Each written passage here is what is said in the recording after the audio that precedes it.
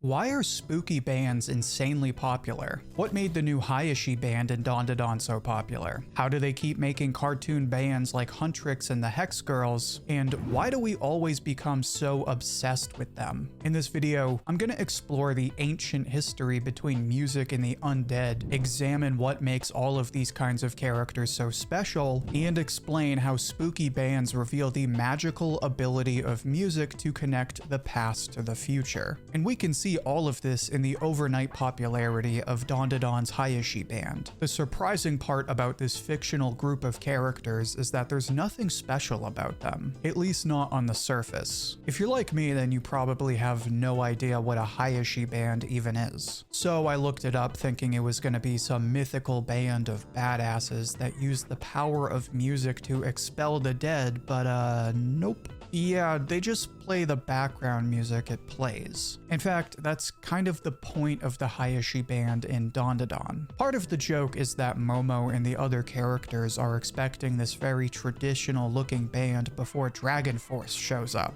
And I mean that literally, because the English voice of the singer is from Dragon Force. They don't look like traditional Japanese folklore characters or anything like that. And as Seiko explains to Momo, they're not even spirit mediums. But here's the really important part. Seiko tells us that even though they don't have spiritual sensitivity, they're able to play music that reaches the realm of the dead. In the manga, this just means their crazy heavy metal music connects to the evil eye in Gigi. But Science Saru takes this even further. In the anime, we actually see spirits from the nearby graves rise from their sleep and start their own mosh pit. The Hayashi band's music is so powerful that it even gets Aira to start headbanging along with everyone else, even though she was covering her ears 2 seconds ago. As we can clearly see, it's a kind of magic that connects the living and the dead. But this creates an important question. Why did Science Saru add this in? Why didn't they just rely on the explanation from Seiko and the context from Evil Eye? Well, by literally showing us the dead rising up and dancing to the music, Science Saru elicits a not so subtle connection to one of this year's best movies, Sinners. What this scene from dandadan and the movie Sinners have in common is a tradition of breaking through time and death to reach people through music.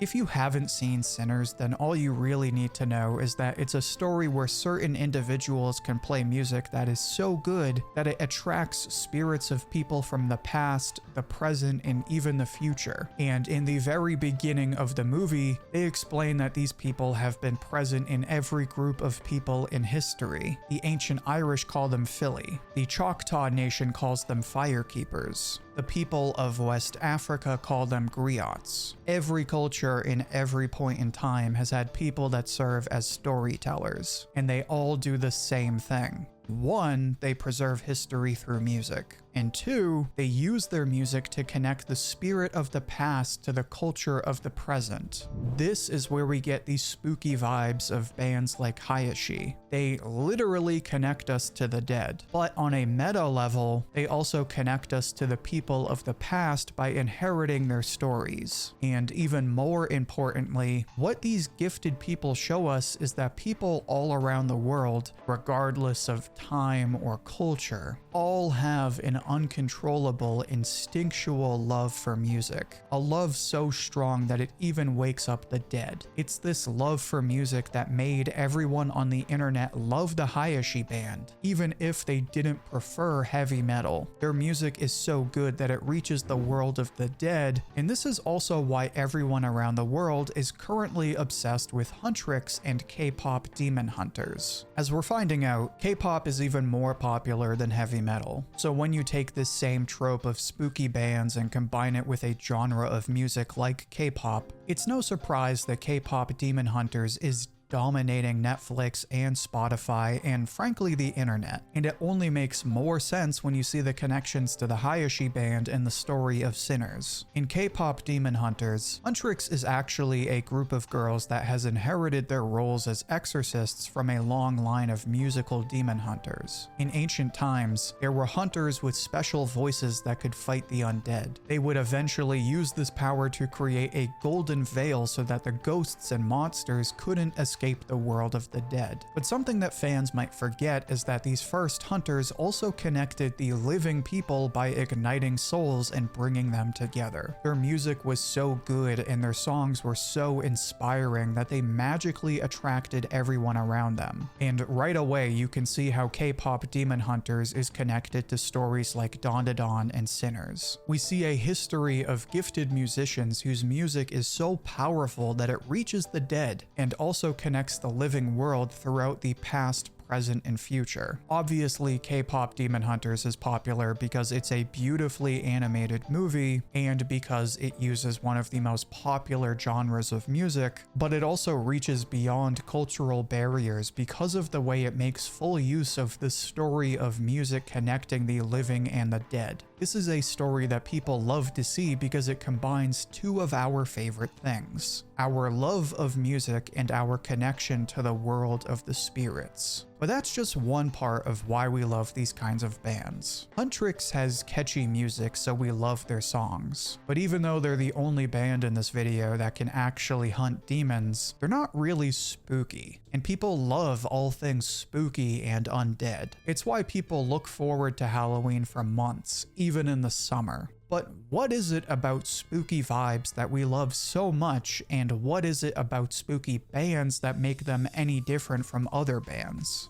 Well, this is exactly why one of the first iterations of these spooky bands is still talked about more than 20 years later. The Hex Girls from Scooby-Doo and the Witch's Ghost have been icons ever since their debut in 1999. Part of it is because they're goth girls, and I mean, come on, who doesn't love a good goth girl? But part of it is because of the story we've been discussing about music in the undead. Granted, the Hex Girls are not exorcists like Huntrix. They can't even reach the dead like the Hayashi band, but they do have a catchy song. They're definitely spookier than Hayashi and Huntrix. And incoming 26 year spoiler alert, the lead singer Thorn is actually a Wiccan. In fact, part of why I actually like this movie more than the other stories is because it's the best representation of Halloween. Well, technically it's more of a fall movie because they don't specifically reference Halloween, and there's Thanksgiving references like turkeys and Puritans. But as a proud New Englander, let me tell you that it's all the same. The movie takes place in Oak Haven, which is basically Salem, Mass. And all the stories you've heard about Salem being the Halloween capital of the world are 100% true. Not only does it get literal mobs of partying and drinking, which is only aided by the local colleges, but Salem attracts people who love witches and the undead from around the world. It's so popular that the daily traffic reaches far outside of the city from dawn to dusk as early as September, a whole month before Halloween. Needless to say, if you love all things spooky and Halloween, or even just nerdy for that matter, you need to visit Salem at least once. And that's why I love the Hex Girls more than Huntrix or Hayashi or any of these spooky bands. And they are a reminder of why people from around the world come to visit Salem. Because Salem is a symbol of Halloween. And why do we love Halloween? Well, some people just like to get drunk in cat costumes, but most people love it because of the spooky vibes and the stories of the undead. Witches in Salem of the past were really just ladies who were singled out for being weird or different. In the Scooby-Doo movie, the Wiccans were singled out as different because of their strange beliefs and rituals. This tradition of people who identify as weird and different is still alive in Salem today. People love Salem because it fully embraces the witch vibes. There's a witch statue in the center of town, and the local police even have witches on their uniforms. The witch is an icon to all of the weird people of the world because being spooky isn't just about being scary. It's about being weird and different. It's the same reason why so many nerdy subcultures find their home in Salem, like old school arcade bars and nerdy themed pizza. We love being spooky and undead because it's when we can all just pretend to be whoever we want and nobody cares. And like we've been talking about, it's this connection to the undead that adds a timeless value to music.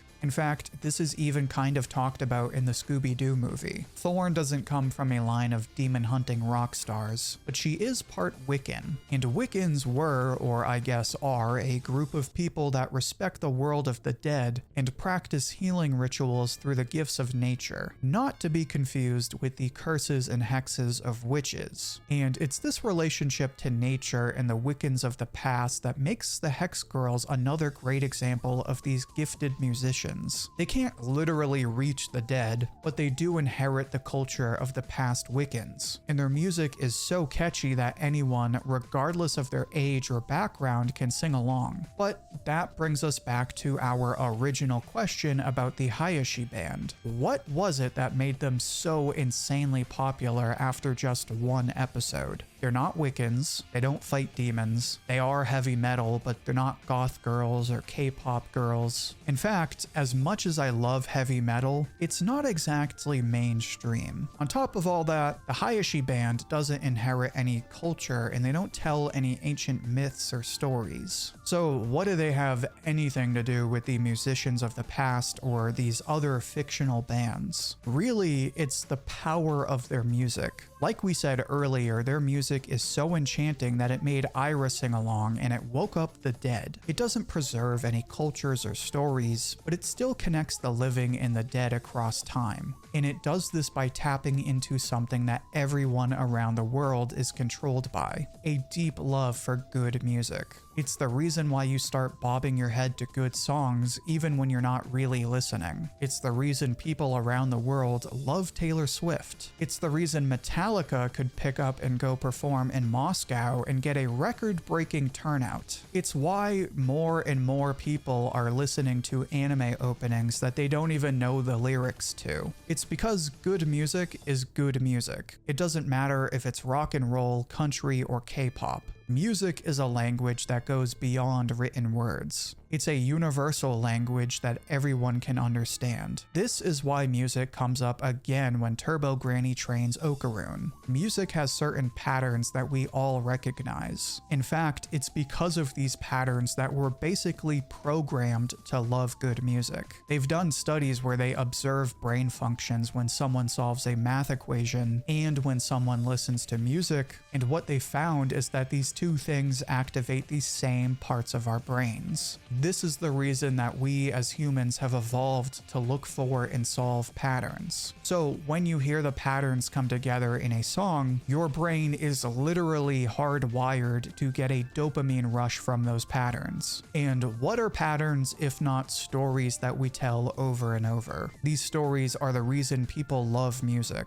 They're the reason Araki can reference popular bands in JoJo and everyone eats it up. And they're the reason these spooky bands all have the power to reach beyond time and borders. Spooky bands like Hayashi, Huntrix, and the Hex Girls all have one thing in common, besides starting with the letter H. They're popular because they elicit connections to the evil and undead, but they also connect the past and present through the timeless love of music that brings the living and the dead together and reminds us how important music is to every group of people in the world. Now, if you'll excuse me, I've got some Scooby-Doo movies to rewatch before Halloween.